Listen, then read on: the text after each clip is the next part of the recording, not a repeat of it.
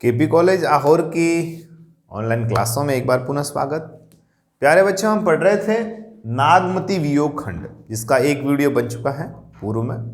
नागमती वियोग खंड के रचयिता है मलिक मोहम्मद जायसी। अवधी भाषा का ये महाकाव्य है, संवत 1540 में लिखा गया।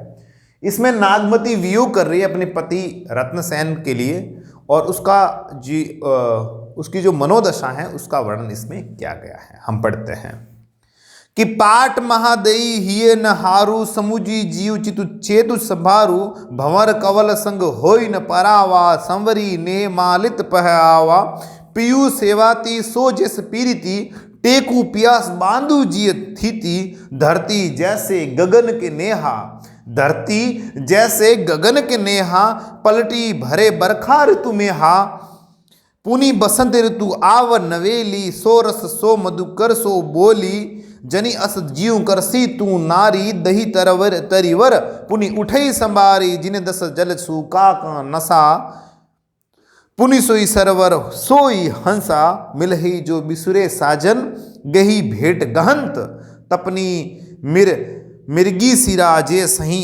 अद्रा ले पलोहंत। पाट महादेई पट महिषी, संभारू यानी संभालना, हारू यानी हारना, समुझी यानी समझना, चितु यानी चित मन, भंवर कंवल संग होई न परावा संवरी नेहमालित पह आवा पीयू सेवाती सो जस बिरती। पीयू यानी पपैया, सेवाती यानी स्वाति नक्षत्र। पपैया है वो स्वाति नक्षत्र का जल पीता है। कौन से नक्षत्र का? स्वाति। मैंने कल बताया था कि स्वाति नक्षत्र का पानी अलग अलग संगति करता है तो उसके साथ अलग अलग फल भी मिलता है। कदली मुख भुजंग विषय स्वाति एक गुण तीन जैसी संगति कीजिए तैसो ही फल दीन। आगे देखते हैं। थिति का मतलब था स्थिरता, एक जगह पर टिके रहना, उसको थिति बोलते हैं। मेहा यानी मेह यानी वर्षा, बरसात। बेली का मतलब था बेल से बेली बना, बेल इन लता। साजना का मतलब होता है प्रीतम, स्वजन, सज्जन, स्वजन खुद का जन और साजन। मुझे साजन के घर जाना है, जाओ भाई, कौन मना कर रहा है? साजन यानी पति। मिर्गी सिरा, मृगशिरा नक्षत्र। नक्षत्र अलग अलग होते हैं, रोहिणी, भरणी, आद्रा। तो उसी प्रकार से ये होता है मृगशिरा नक्षत्र। कौन सा? मृगशिरा, मृगशिरा नक्षत्र। ठीक है। और पलुहंत का मतलब होता है खिल जाना, पल्लवित हो जाना, खिल जाना या पल्लवित हो जाना। इसमें नागमती जब विरह उसका जब ज्यादा बढ़ जाता है तो अब वो धैर्य कैसे धारण करे उसको इस पद के अंतर्गत दर्शाया गया है। और उसकी जो सखियां हैं वो भी उसको कहती है कि हे नागमती, थोड़ा धीरज रख, धीरे धीरे रे मना और धीरे सब कुछ होए, माली सी से छह गड़ा ऋतु आए फल होए। आप कल गए थे खेत में बोने, ग्वार बोने, और आज बोले कि हमारा 10 बोरी आना चाहिए, तो मुमकिन नहीं है। हथेली में सरसों नहीं उगती, समय लगता है। तो अब वो कह रही है, उसकी सखियां उसको समझाती हैं कि पाट महादेई हिये न हारू समझी जीव चितु छेतु संभारू, कि हे नागमती, हे पटरानी, प्रियतम के प्रवासी हो जाने से तुम हार क्यों रही हो? अपने हृदय को समझाओ, अपने को कमजोर मत करो। पाट महादेई, तुम तो पटरानी हो, पट महिषी आया है ना, पटरानी यानी मुख्य रानी। तो वो कह रहा है कि तुम अपने ये ना हारो, अपने हृदय को मत हारो। समुझी जीव चितु छेतु संभारो, अपने को समझाओ। महिला ने धाकल तू यू करे काली जरे लालडा सोरा रोका भाई, बोलते नहीं बोलते। अर्थात अपने मन को समझाओ। हे पटरानी, आप तो प्रधान हो, आप अपने जीव को संभालो और चितु छेतु संभालो, और अपने चित्त को संभालो, मजबूत करो, और खुद को खिन्न मत होने दो। भंवर कंवल संग होई न परावा संवरी नेह मालित पहआवा, है ना। भंवरा रूपी रत्नसेन। भंवरा, भंवरा का मतलब होता है भंवरा, भंवरे ने खिलाया फूल, फूल को ले गया प्रधानमंत्री, राजकुमार, है ना। तो भंवरिया रूपी जो रत्नसेन उसका पति है, रूपक अलंकार हो जाएगा, उसके समान बताया। भंवरा रूपी रत्नसेन भंवर कमल, कमल और भंवरे की दोस्ती होती है। कमल का फूल के ऊपर भंवरा है, वो उसको और उसका रस पान करने के लिए और अंदर चला जाता है, और अंदर चला जाता है, और अंदर चला जाता है, और अंत में शाम के समय में वो कवल बंद हो जाता है, पैक हो जाता है, और भंवरा अंदर ही रहता है। जो भंवरा है वो अंदर ही रहता है, फिर उसको हाथी आकर के खा जाता है और भंवरा ऐसे मरता है। तो उनकी दोनों की मित्रता। तो यहां पर हो जाएगा मेरे प्यारे विद्यार्थियों, एक बात का ध्यान रखना कि भंवरा रूपी तो नागमती का पति अर्थात रतनसेन, और कमल रूपी कौन हो जाएगी? कमल रूपी जो नई प्रेमिका है, जो नई पत्नी बनाने वाले हैं, वो हो जाएगी पद्मावती। वो कौन हो जाएगी? पद्मावती। भंवरा यानी रतनसेन, कमल यानी पद्मावती। तो भंवरा रूपी रत्नसेन कमल रूपी पद्मावती से मिल जाने पर पराया नहीं होगा। भंवर कवल संग हो ही न पराया, वो पराया नहीं हो जाएगा, इतनी चिंता मत करो। संवरी नेह मालित पे आवा, किंतु नागमती रूपी जो मालती है, संवरी नेह मालित, ये जो मालती शब्द है मेरे प्यारे विद्यार्थियों लिख देना। ये जो मालित यानी मालती हैं, वो किसके लिए आया है? नागमती के लिए। किसके लिए? नागमती के लिए आया है कि उसके पास में जरूर आएगा। वो समय रहते ही उसको जैसे ही याद आएगी ना तो संदेश से जरूर आएंगे, तुम चिंता मत करो नागमती। ऐसी उसकी सखियां उसको समझा रही हैं। आगे है, पीयू सेवाती सो जिस पीरी थी, टेकू प्यास बांधू जी थी। ये कह रहे हैं कि पीयू सेवाती सो जिस पीरी थी, कि जिस प्रकार पपैये को स्वाति से प्रेम होता है, स्वाति नक्षत्र के जल से प्रेम होता है, तो वो क्या होता है? वो उसी प्यास की टेक लिए रहता है। और उसी प्रकार से तुम भी अपने मन में प्रीतम को लगाओ। जिस प्रकार से पपैया है उसकी राह देखता है, किसकी? स्वाति नक्षत्र का जल आएगा और उसके लिए वो आवाज लगाता है, पीयू पीयू करता है।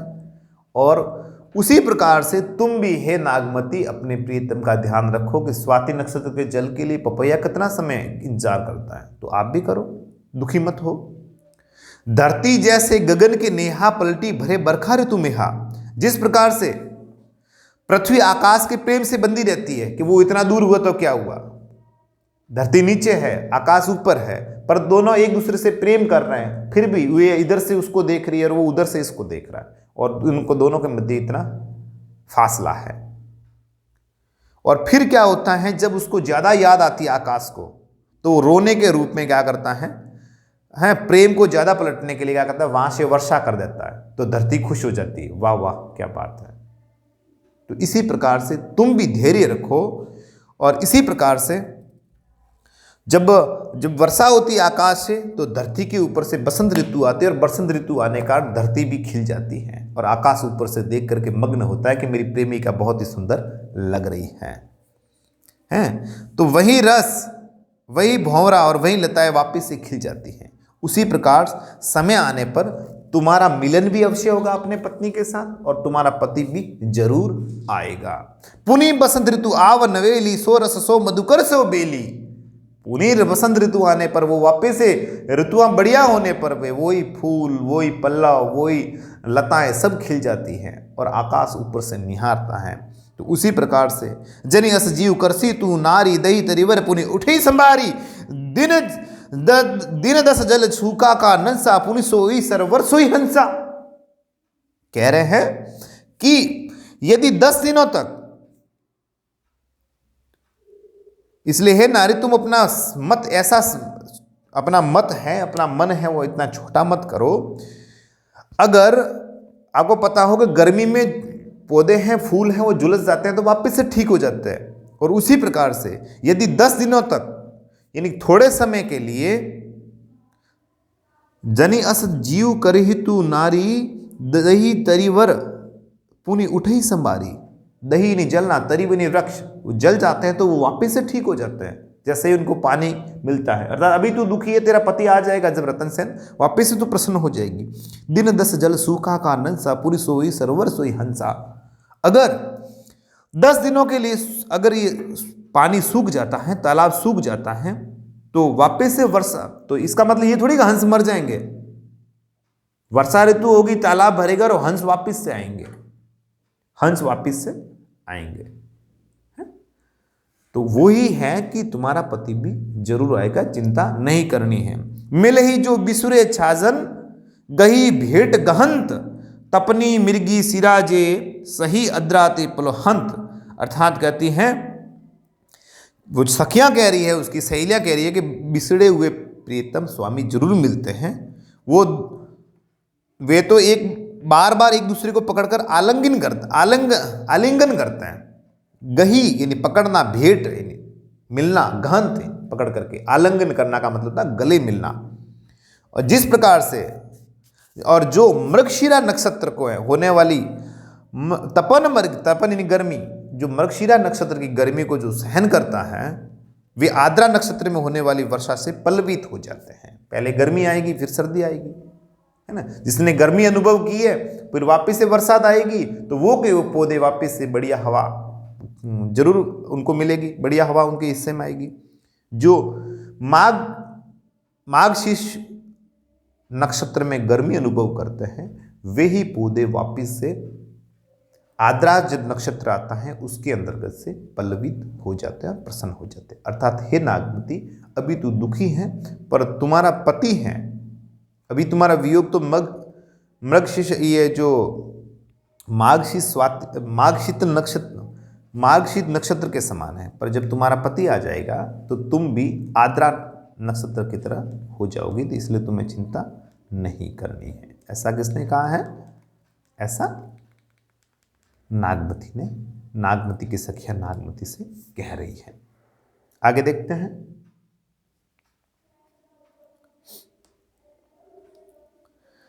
छड़ा अछाड़, हाँ मेरी बात सुनिए। 12 मासा का वर्णन का मतलब होता है 12 महीनों का वर्णन, और सबसे पहला वर्णन होता है वो आषाढ़ महीने से होता है। कहां से होता है? तो मेरी बात सुनो, इसमें 12 मासा का वर्णन है नागमती वियोग खंड में। पद्मावत लिखा गया ना, पद्मावत में 12 मासा का वर्णन है। 12 यानी 12 और मासा यानी महीने। 12 मासा का मतलब होता है पूरे 12 महीनों में वो किस प्रकार से दुखी रहती है। कौन? पत्नी। किसकी? जो गया उसकी, और तो किसकी है।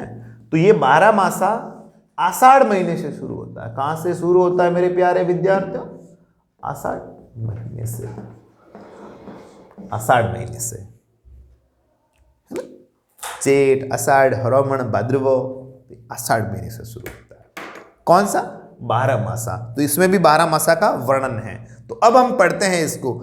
चढ़ा आषाढ़ गगन घन गाजा, साजा बिरही दूंद दलबाजा, धूम श्याम धोरे घन आए, धूम श्याम धोरे घन धाए, सेत धुजा बगु पात दिखाए, घरग बीज चमके चौ औरा, बूंद बान बरसे घन घोरा, अर्द्रा लाग बीज भूई ले ही, अद्रा लाग बीज भूई ले ही, मोही पियु बिन को आदर दे ही, ओने घटा आई चौ फेरी, कंत उबारू मदन हो घेरी, दादुर मीर कोकिला पीयू, करही बेज घट रहे न जीयू, पूरब नक्षत्र सिर ऊपर आवा, होई बिनु नहा मंदिर को छावा, जिन घर कंता ते सुखी, तिन गारो तिन गर्व, कंत प्यारा बाहिरे, हम सुख भूला सर्व।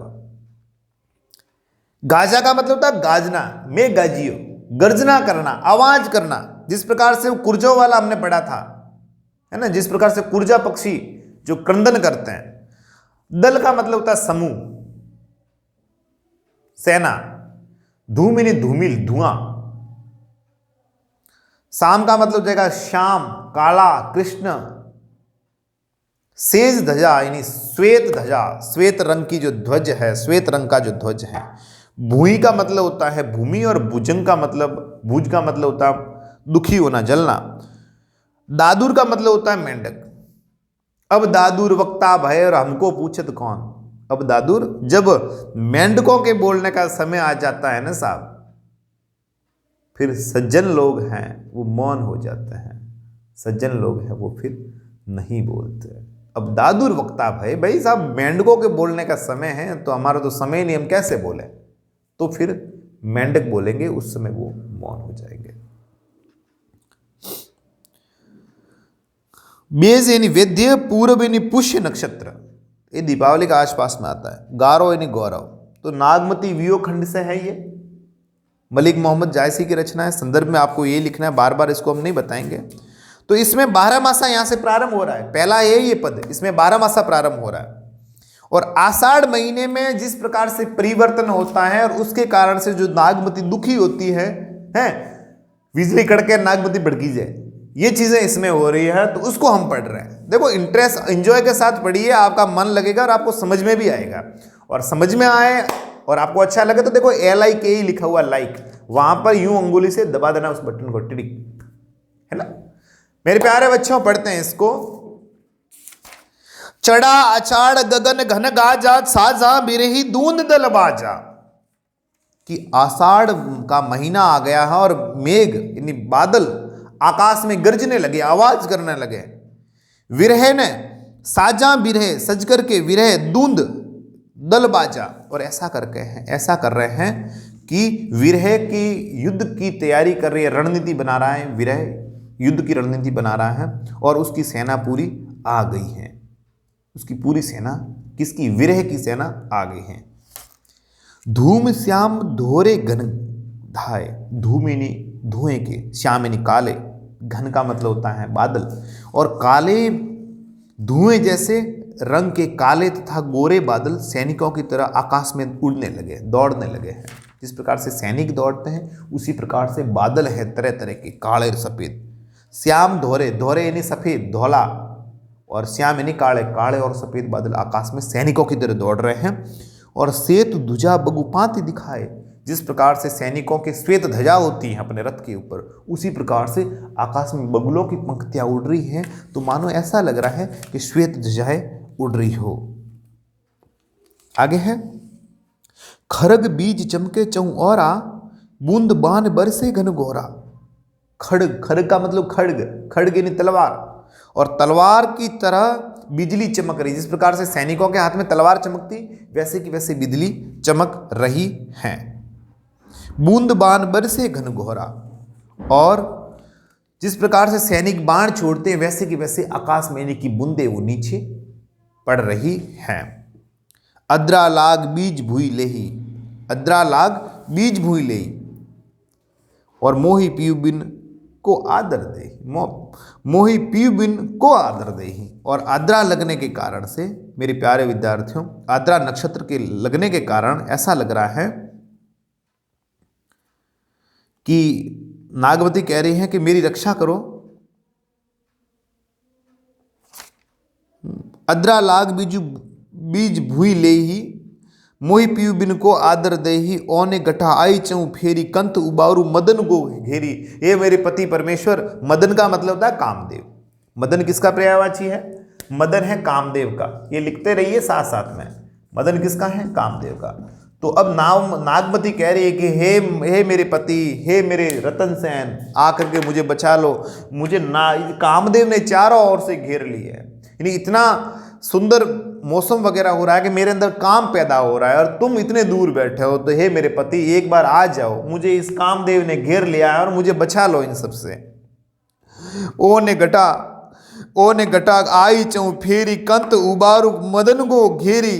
कंत यानी स्वामी, पति। ये मेरे पति, आकर के मुझे बचा लो, इन्होंने मुझे घेर लिया है। और अब मुझे कोई आद्रा नक्षत्र भी लग गया है और अब मुझे कोई आदर भी देने वाला यहाँ पे नहीं है।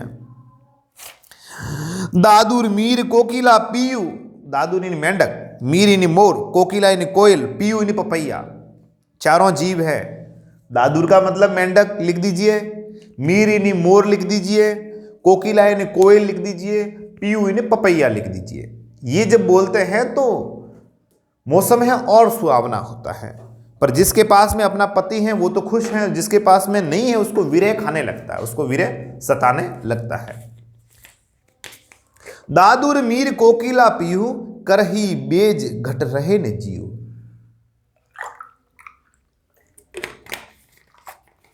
हाँ मेरे प्यारे बच्चों, करही बेज घट रहे न जीव। अब चारों ओर मेंढक, मोर, कोयल, पपैया वगैरह बोल रहे हैं, तो इसके कारण नागमती कह रही है कि मुझे ऐसा लग रहा है कि ये कामदेव के सैनिक हैं और मुझे ऐसा लग रहा है कि ये बोलने के कारण करही बेज घट रहे न जीव, और इसके बोलने के कारण ऐसा लग रहा है कि मेरे प्राणों के ऊपर बिजली गिरने वाली है और प्राण व्याकुल होकर शरीर छोड़कर भाग जाना चाहते हैं। अर्थात ये जब चारों बोल रहे हैं ना, तो ये मुझे प्राण घातक, मुझे लग रहा है कि मेरे प्राण निकल जाएंगे, ऐसा प्रतीत हो रहा है। पूरब नक्षत्र सिर ऊपर आवा, हो बिनु नहा मंदिर को चावा। अब तो पुष्य नक्षत्र भी सिर के ऊपर आ गया है। मैं बिना स्वामी के हूं। पुष्य नक्षत्र सिर ऊपर आवा, हो बिनु नहा, नहा यानी पति, हो यानी मैं, बिनु यानी बिना, नहा यानी स्वामी पति, मंदिर को छावा। मैं पति के बिना हूं और कौन मेरा मंदिर छुआएगा। अर्थात पति मैं घर में अकेली हूं और अब मेरा घर भी खाली है और मेरी दशा इतनी दुखी है कि एक बार आप आ जाइए। जिनके घर में पति हैं, मैं अकेली हूं। और फिर आगे आ रहा है कि जिन घर कंताते सुखी, कंता यानी पति, जिनके घर में अपने स्वामी है, अपने पति घर पे मौजूद है, बारे में वरेरी हो, तो परिवार हाथी से रहना पड़ेगा, मतलब अपने परिवार के साथ में रहेंगे जब विकट दुविधा हो। अर्थात बाहर बरसात है तो जिनके घर पे पति हैं वे औरतें तो सुखी है। तिन गारो, उनको तो और ज्यादा गर्व महसूस हो रहा है कि हमारा पति घरे, हमारा पति घर पे ही है। आज गरी से मोरे पिंडा बापा गरी से ये आवे हमार डोंगलेट होता है ना। अर्थात तो वे तो खुश हैं। और कंत प्यारा बाई रे हम सुख भूला सर्वज, और जिसका कंत, जिसका पति बाहर हैं, जो बाहर है वो सब कुछ भूल भाल के बैठे हैं, वो सब कुछ भूल गए हैं, उनको कुछ भी सूझ नहीं रहा है कि किस प्रकार से क्या किया जाए। तो इसलिए नागमती कहती हैं कि हे मेरे पति परमेश्वर, एक बार आप आ जाइए, मैं बहुत ही दुखी हूं। तो पहली बार तो इसमें विशेष में लिखना है कि 12 मासा का वर्णन करते समय प्रथम आषाढ़ महीने को इसमें दर्शाया है। दूसरी बार ये लिखना है कि इसमें मेंढक, मोर वगैरह, जो कोयल वगैरह हैं, वो विरह के प्रतीक नजर आ रहे हैं। और तीसरा इसमें लिखना है कि नागमती अपने पति को अपने पास में बुलाना चाहती है। नागमती अपने पति को बाहर बुलाना चाहती है। स्टॉप कर दीजिए इसको एक बार। सावन बरस में अति पानी, बरसी परी हो बिरहे जुराने, लाग पुनर बसु पियो न देखा, भई बाउरी कह कंत सरे का, रकत के आंसू पर ही बुई टूटी, रेंगी चली जस बिर बहुटी, सखिन रसा पीयू संग हिंडोला, हरियरी भूमि कुंसुबी चोला, हिडोल अस डोले मोरा बिरे जुलाई, दे जकजोरा बाट असूज अथा गंभीरी, जेऊ बाउर भा फिरे भमीरी, जगजल बूंद जहां लगी ताकी, मोरी नाव खेवुक बिन थाकी, पर्वत समुद अगम बिच, बिहड़ धन बन ढाक, किमी के भेटो कंत तुम न मोई पाव न पाख। नागमती विरह कर रही है। नागमती की विरह वियोग खंड को हम पढ़ रहे हैं और इसमें सावन महीने का वर्णन है।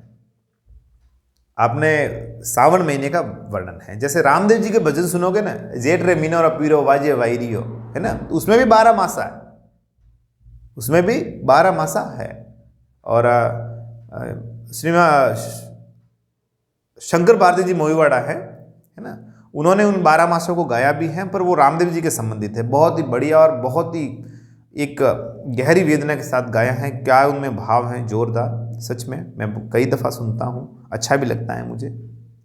तो वो है, अब वो भक्ति के संबंधित उन्होंने गाया है शंकर भारती जी ने, और ये है वो प्रेम के संबंधित। प्रेम में भी श्रृंगार, श्रृंगार में भी वियोग, दुखी होकर के, ठीक है। वो भक्त की पुकार है, यहाँ पे एक प्रेमिका की पुकार है, ठीक है।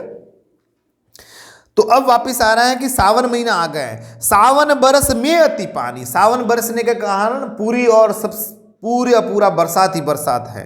बरसई परी हो बिरह जुरानी, और नागवती कह रही है कि मैं विरह में बहुत ही ज्यादा दुखी हो रही हूं। लाग पुनर्वसु पियू न देखा, नागवती कह रही है कि पुनर्वसु नक्षत्र आ गया है। कौन सा नक्षत्र मेरे प्यारे बच्चों? पुनर्वसु नक्षत्र। और ये नक्षत्र सावन महीने में लगता है, ये नक्षत्र भी लग गया है। पर मैंने आपको, हे प्रिय, हे पति, हे रतन सेन, मैंने अभी तक आपको नहीं देखा है। भई बाउरी का हंत सरेखा, कह कंत सरेखा, मैं बावली हो गई हूं। बाउरी भई यानी होना, बाउरी ने बावली, मैं बावली हो गई। बाउरी पहले भी आया था ना। मैं बावली हो गई हूं और मेरा समझदार जानकर कंत कहाँ है। भई बाउरी कहे कंत सरेखा, जो समझदार मेरा पति है, जो है ना मेरे प्राण हैं, जो है रतन सेन है, वो पता नहीं कहाँ है। रकत के आंसू परी भुई टूटी, रेंगी चली जिस बिरह बहुटी। और ऐसा लग रहा है कि रक्त के आंसू पृथ्वी पर गिर रहे हैं। रकत के आंसू परी भुई टूटी, भुई यानी भूमि, टूटी यानी गिर रहे हैं। रक्त के आंसू धरती पर गिर रहे हैं और रेंगी चली जिस बिरह बहुटी।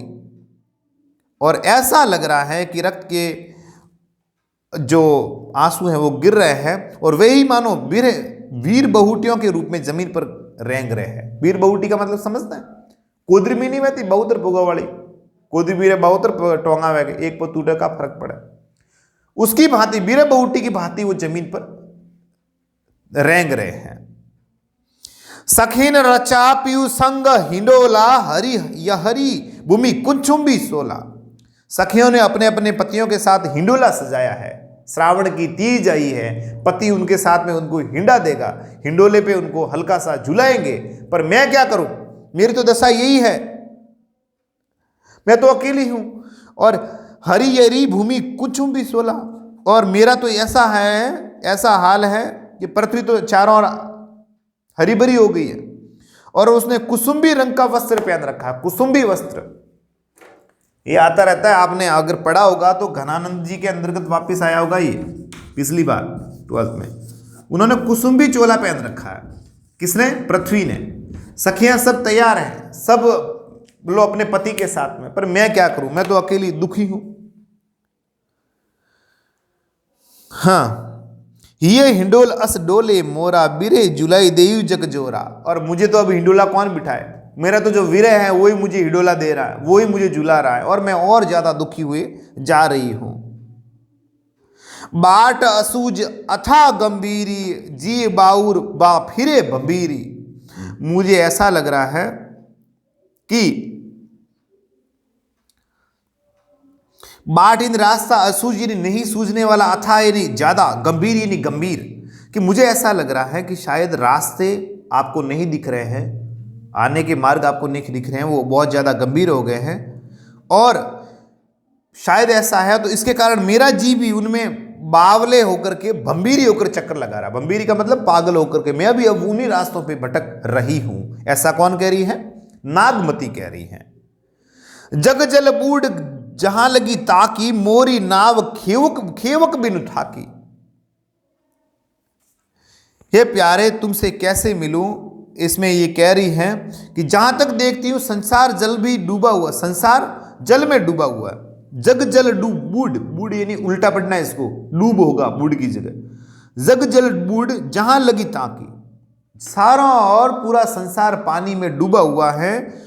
और मोरी नाव खेवक बिन थाकी, मैं आपसे कैसे मिलूं, मेरी नाव है, पूरा पानी भरा हुआ, और मेरा जो खेने वाला है, जो चलाने वाला है, वो तो है ही नहीं, खेवटिया ही मेरे पास नहीं है। अब मेरी नाव आपके पास कैसे आएगी, है ना? मेरे नाव सेवक के बिना ठहरी हुई है, मेरे पास में जो खवैया है, वो जो खेने वाला है, वो नहीं है। पर्वत समुद्र अगम बीच, पर्वत समुद्र और अगम बीच बीहड़ घन वन ढाक, और बीहड़ है, इतने सारे वन है, इतने सारी ये सब घास फूस हैं, और जंगल सब ढके हुए हैं। और प्रीतम, जंगल मेरे और प्रीतम के बीच में, जंगल भी आ रहा है, बीहड़ आ रहा है, पहाड़ आ रहे हैं, घास आ रहे हैं, इस प्रकार के सब बीच में आ रहे हैं। और ऐसा लग रहा है कीमी के भेटो कंत तुम, न मोई पाव न पांख। हे मेरे प्यारे तुमसे कैसे मिलूं, न मेरे पाव हैं और न ही पंख हैं। कीमे के भेटो, भेटो नहीं मिलना, कंत यानी पति से, तुम यानी तुम्हें, न मोही न मेरे, पाव यानी पैर, न पांख। ये प्यारे तुमसे मैं कैसे मिलूं, न तो मेरे पास में पाव है न ही पंख है, आ भी जाऊं तो इतनी सारी बाधाएं बीच में। इसलिए हे मेरे पति, हे ना रत्न सेन, एक काम करो, मैं यद्यपि तुमसे उड़कर तुम्हें प्राप्त भी कर सकूं पर मुमकिन नहीं है, और मैं अशक्त हो गई हूं, मेरे पास में इतनी शक्ति नहीं है, इसलिए आप आ जाओ। और ऐसा नागमती कह रही है। तो ये नागमती का विरह था मेरे प्यारे बच्चों।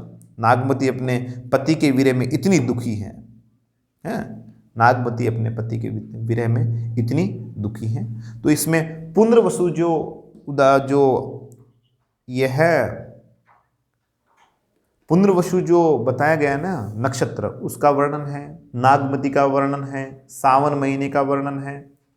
इसमें बताया गया कि भी सखियां हैं वो तो सब हिंडोले पे अपने पति के साथ में जा रही हैं। धरती ने पूरा कुसुम्बी रंग का चोला पहन रखा है, चोला ही नहीं पूरा कपड़ा, पर मैं अकेली दुखी हुई जा रही हूँ क्योंकि मेरे पास में मेरा पति नहीं है, इसलिए। और मैं आना भी चाहूँ तो बीच में जंगल, पहाड़, घास, इतने पूरे के पूरे पहाड़ बीच में आ रहे हैं कि मैं आपसे मिल नहीं सकती। तो उसके विरह की दशा का वर्णन अत्यधिक जोर पर किया गया है।